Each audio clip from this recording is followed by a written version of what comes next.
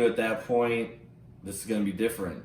Austin is going to be an awesome town, and I know I could do some stuff.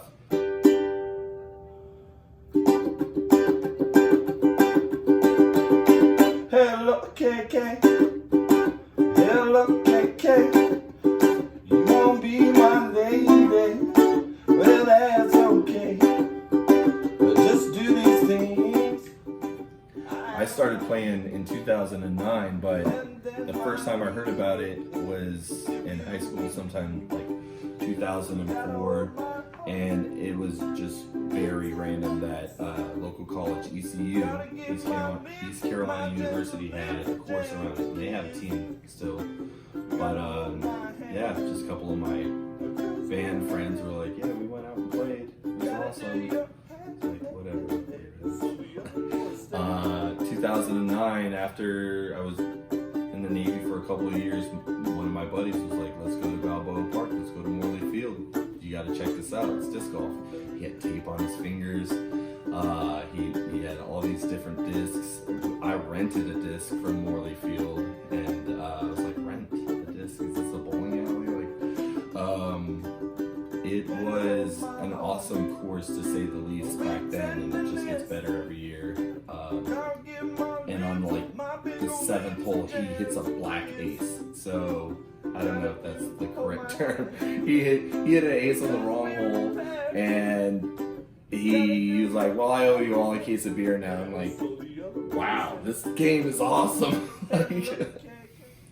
So after San Diego, you know, I had my daughter Holland, bringing her to Morley Field and stuff when she was little. That's, you know, a given. Had to have the baby out there, 3 months old, heating up formula bottles in the pro shop and stuff, and just making sure I get my reps in. Kiefer came along after that, so he got the same treatment. He was a disc golf baby out on the course.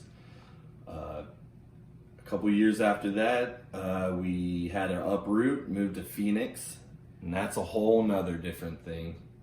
Disc golf out there is huge, and you better have some good plastic because there's lots of rocks. There for 9 months, and like another storm across, we just go straight to Texas and hit Houston up. And the first course I play is this little course called Miramar, I believe. Miramar, I think in Seabrook. I lost a brand new F2 Prodigy disc. Oh man, so nice. Spent hours, probably an hour, looking for it, and found like 3 other discs. Not that disc. All the other courses in Houston are a lot better than that one, but it was humbling in my very early disc golf career. After that, the first mid-range Monday started off at Friendswood Disc Golf Course at 1776 Park, and we had 9 baskets. No, I think we had like 7 baskets at that time. And we did the 2 times around, and that was fun. But what we had is everybody practicing warm-ups on hole 1, and it was getting popular. So people during the mini time were, you know, just warming up on that one basket. I'm like, man, this isn't right. Like, I've seen practice baskets at every other course. Let's do something about it. That switches to RJ at Phase 1 Disc Golf, and that's Southside Houston Disc Golf. He had mid-range May, and it was a 2-disc challenge. I was like, man, people need a throw because 1776 was similar to Wells Branch with like probably a little bit more poison ivy because it's Houston, right? And people should be throwing mid-ranges here to stay out of the woods, stay in the fairways, keep it nice and easy, disc golf. And I was like, let's do mid-range Monday. It was just play on, you know, alliteration. And it worked.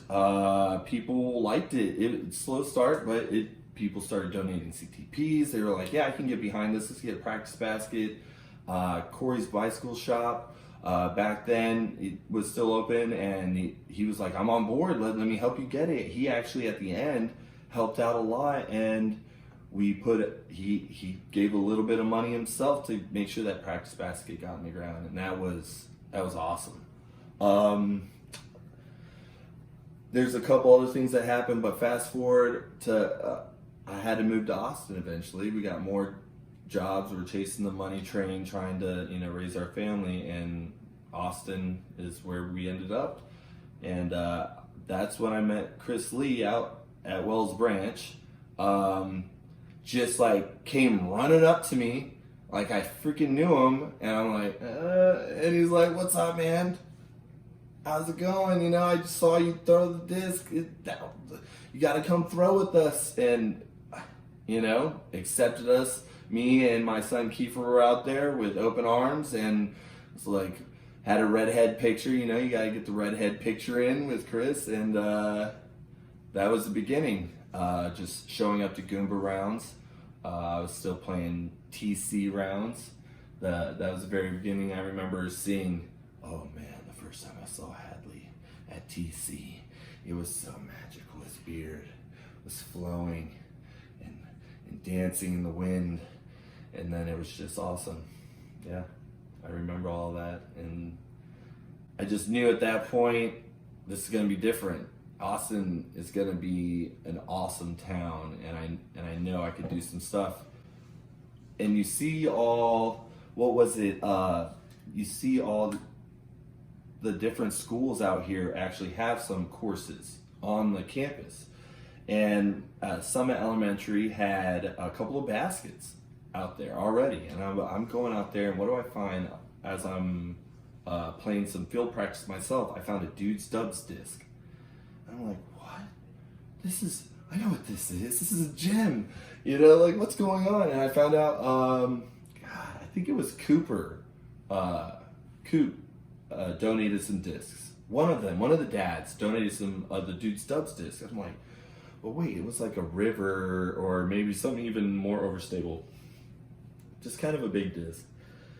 And heavy, 175. And I'm thinking, well, they could do better than that. They can get a buzz or something, or a rock. I think we can do something about this. And that's when it was like, bing, Mid-Range Monday could be a kid's fundraiser. It just like dawned in my head. And that's when I wanted to get all these kids discs and start just getting clinics and try to get it a part of the curriculum. And I was like, wow, this could be awesome for my kids, and maybe they'll actually like disc golf. Hopefully they do, because the teachers will explain it to them better than I can, because I'm not a teacher. But so I start asking Chris, and sometimes people have a hesitation that kind of like, even if you ask them and they say yes, it's kind of like it's still that seed that they plant in your head that makes you think, maybe I could do it with somebody else. There was never that with Chris. As soon as I said, I want to do this, he was like, when can we do it? I'm here for you. We're going to do this. And that was the electricity that just, he's an electric guy. He lit me up, and that was it. That's all I needed to just go ahead and keep on trying every Monday. People showing up, people not showing up. We started every Monday making little graphics for the Facebook, just trying to get a couple CTPs, giving away a Gucci plastic that I've just had in my closet, just trying to get people out to donate, and it worked. People just keep on coming, and that's where I was like, wow, this is starting to get big. And then a year later, it's twice, almost 3 times as big. And I'm like, it still feels small to me. It still feels like the beginning, and it's just getting more and more momentum because of the locals, because of the marketing that we do for ourselves in our own groups that sometimes does reach out to the other athletes, athletics. They appreciate, the effort that we put out, just like we do any other sport. So it's like magic. Grow the sport. The culture has been saying grow the sport because of how much we want recognition for all the hard work, I think, that a lot of companies put out there that aren't, like, specifically TV. I think a lot of Joe Mez could definitely run a program. Just a disc golf channel, Joe Mez channel, on any network TV and make millions and help out the whole disc golf community. I feel like they could do it by themselves. Well, what they have now, I don't think it would be a problem at all. So I think grow the sport is give the recognition to people that have been out there and show the way for the people that are still trying to get to that tier, to that level of excellence. The amateurs, the young pros like Big Irish. So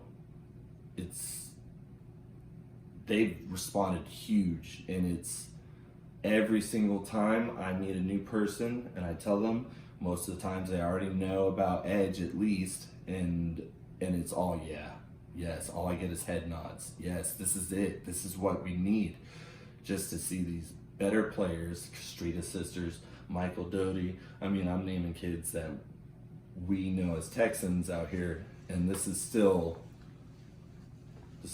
our side. So this is people throughout the nation are doing this. So it's gonna be huge.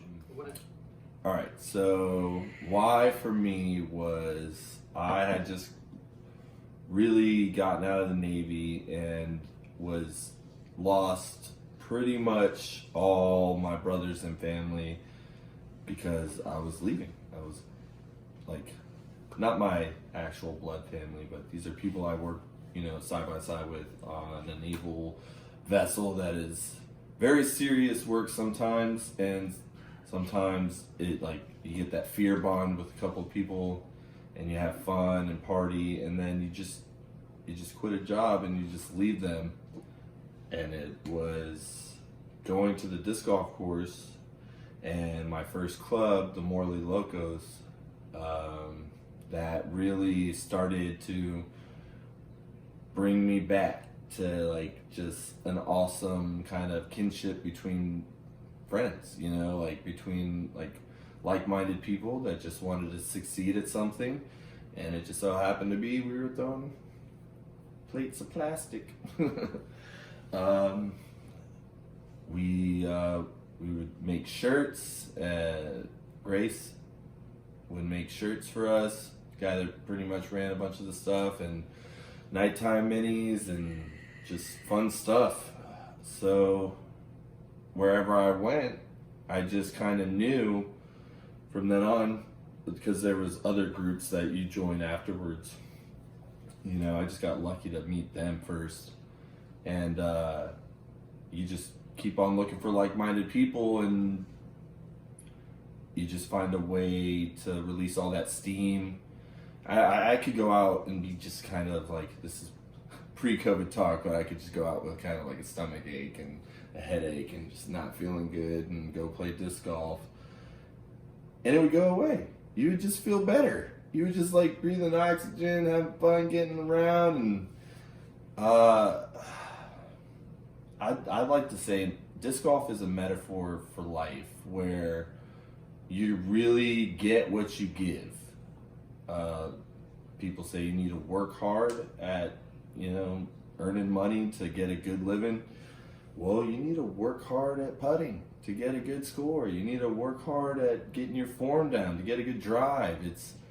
Those are just blatant examples. You need to work hard at not being distracted at different things on the course to make sure your disc golf game is consistent. That's like the bigger stuff. But really, it's just fun to be around people that want to do the same stuff as you and strive hard to do it. And luckily enough, Goombas are them. They want to party really hard, but they also want to shoot really low. They like to compete. Mid-range Monday is kind of low entry fee is a good, like when you're starting out competing, especially if you're already looking for like a sport that is not going to cost you a bunch, it's nice to have just a couple bucks on the table to make it feel, if you're that kind of competitive person, to be a little competitive, but not so competitive that you can't eat for the rest of the week. We're not gambling like high stakes poker here. We're just playing some disc golf, having some fun, and then even the Goombas take it a step further, and they're asking for a little bit of an annual thing, I think, but that's, for hardcore Goombas. So I don't think they tell them no, though. I don't think if you show up and you're brand new and you win, you get a Goombuck. If you're lucky. Some of them I think are a little bit smaller, more tight knit, so they're kind of like protective of their ace spots and their tags. Nobody likes a tag thief where they just come and steal your tag and run off. Tags kind of got ruined for me a while back. Just people just don't wanna. They win one and everybody knows the story. You never see them again. Yeah, we get a group of people that want to have a ranking system, and the way I've always had it is, say you have 100 people, you get 100 tags.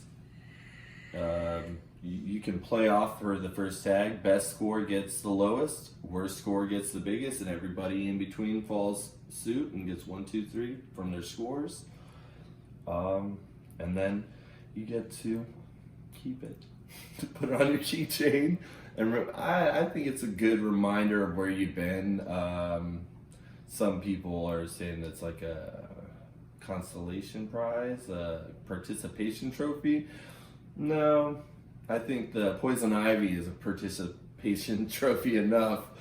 I think those are actual trophies of telling you, like, even if you did get dead last, guess what? You showed up and you got that tag on the last day. I think TV should just hold on to the tags. My lady, well, that's okay. But just do these things I ask of you, and then my lady, it will be you. You gotta hold my heart.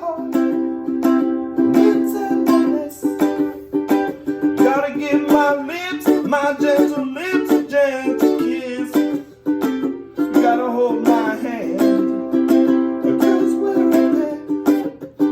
You gotta do your hair. So the other boys stare.